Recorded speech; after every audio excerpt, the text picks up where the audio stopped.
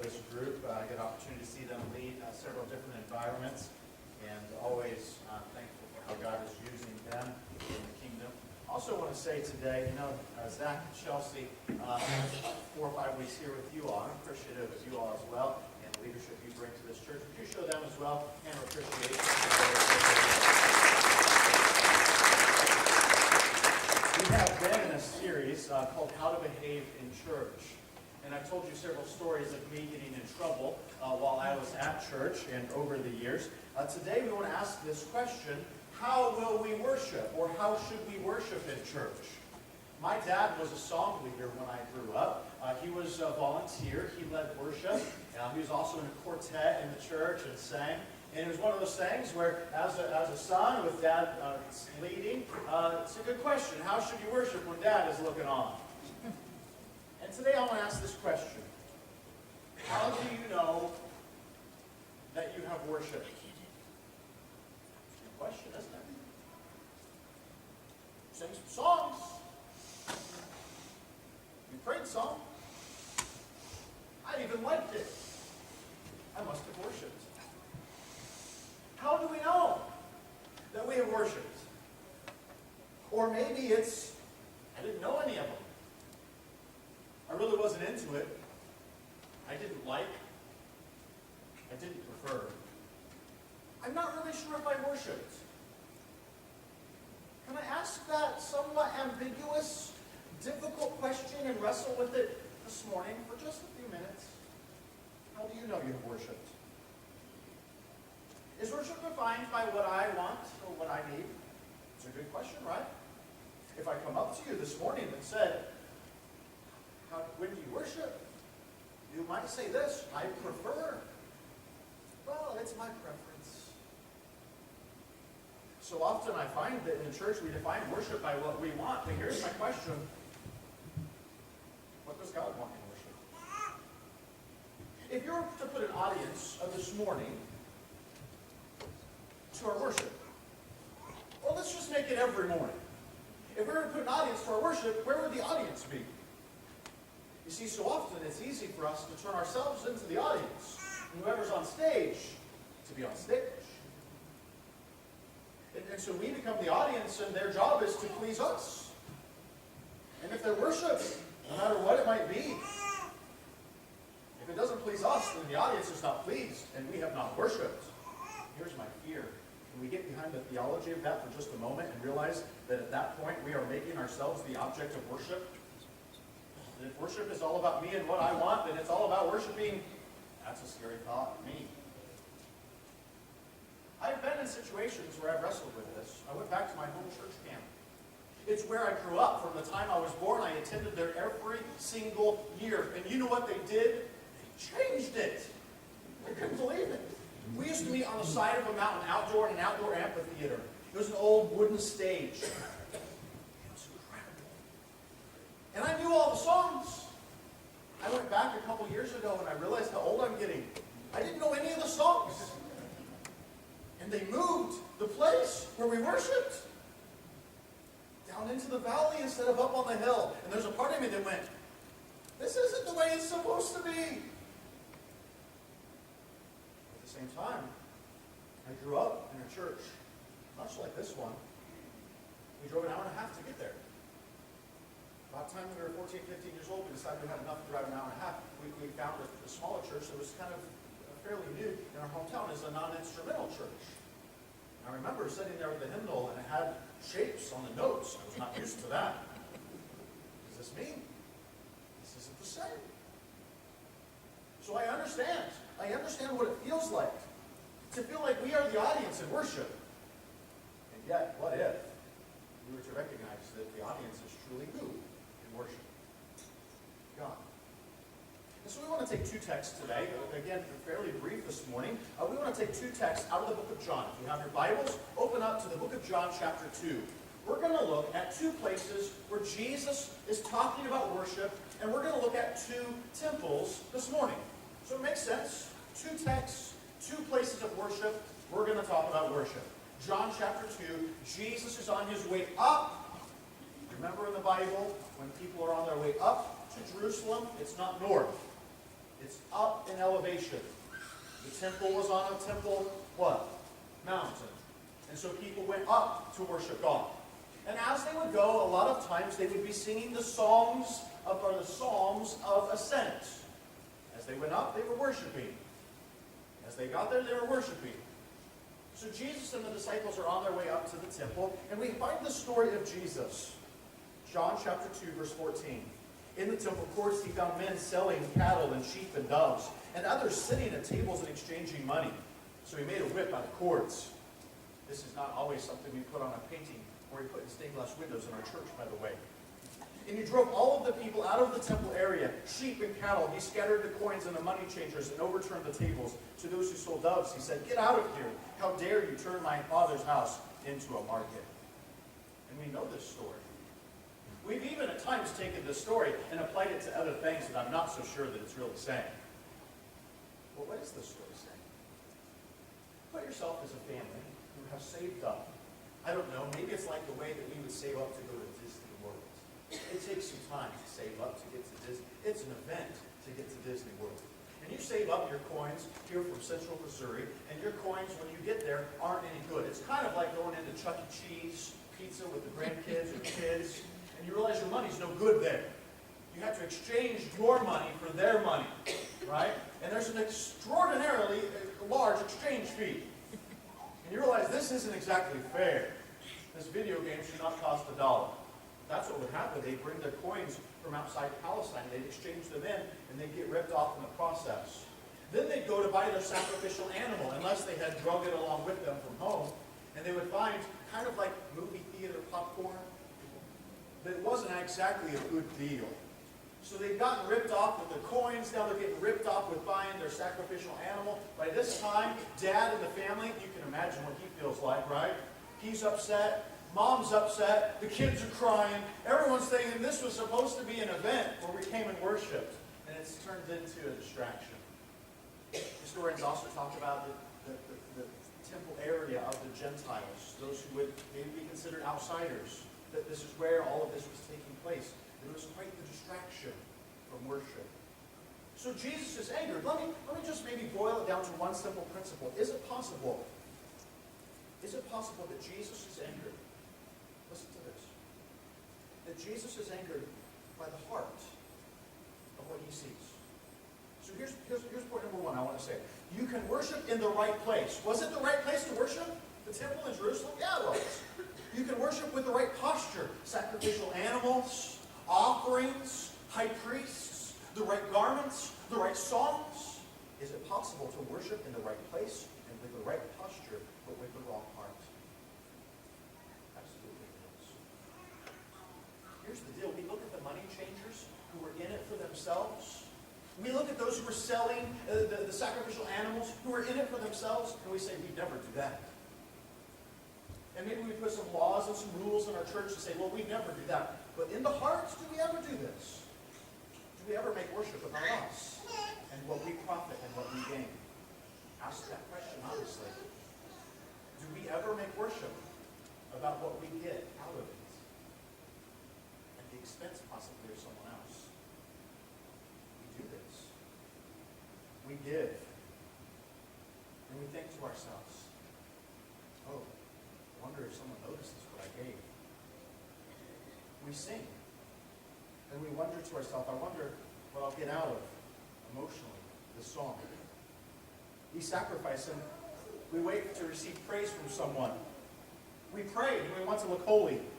We give and we want to appear generous. We serve and we want to be seen. And the reality is there are times when we can, in worship, desire to get something out of our own worship, possibly even at the expense of someone else. Our second text that we want to look at, if we're going to wrap all of these things together, is just a page over, John chapter 4. It's a different temple. This time it's a temple not in Jerusalem, but in Samaria. Maybe you know Samaria.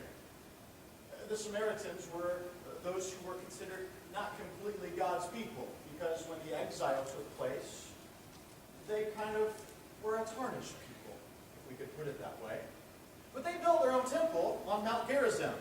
Not the mountain in Jerusalem, on a different mountain.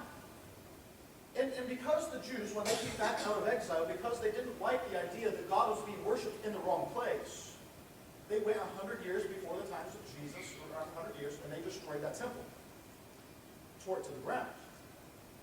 Now, they got back with the people in Jerusalem because they took human bones and brought them in, snuck them into the temple of Jerusalem and scattered human bones all over the temple. You see how we do that in church? John chapter 4, Jesus sees a woman who is at the well. You remember this woman. You've been married. He starts counting off the number of marriages.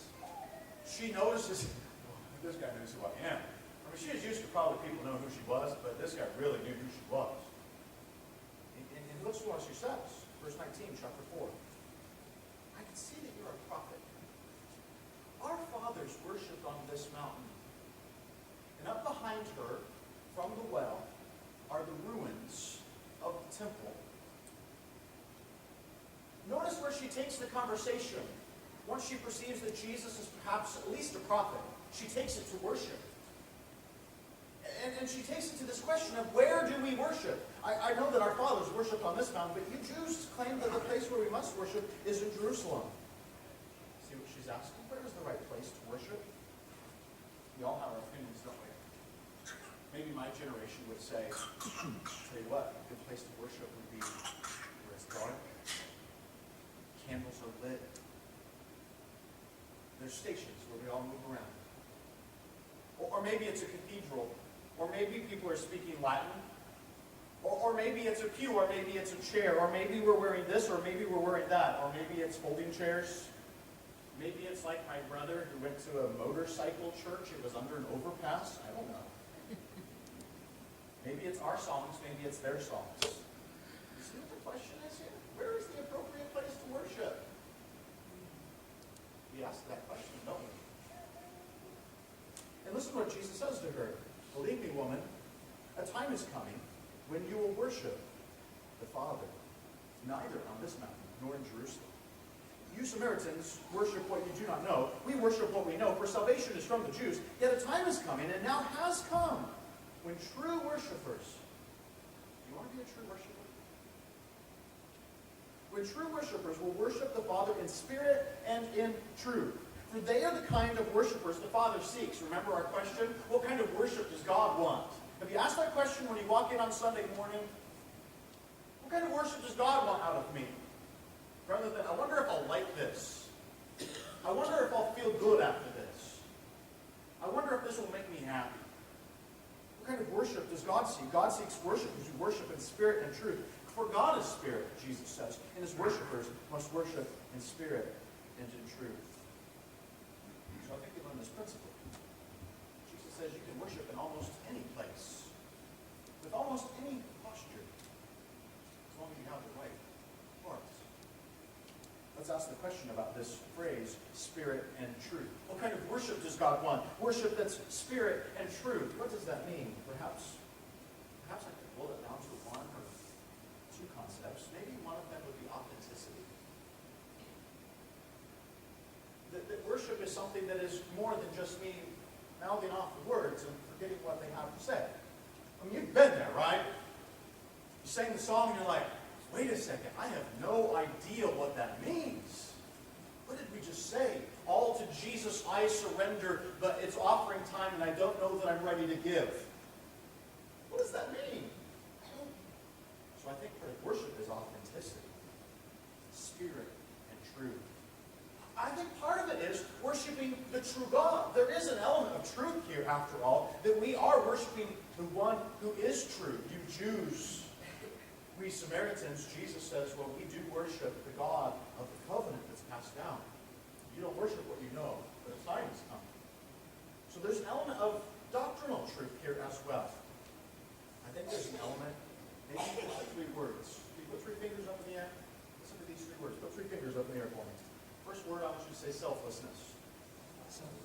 Second word, I want you to say sacrifice.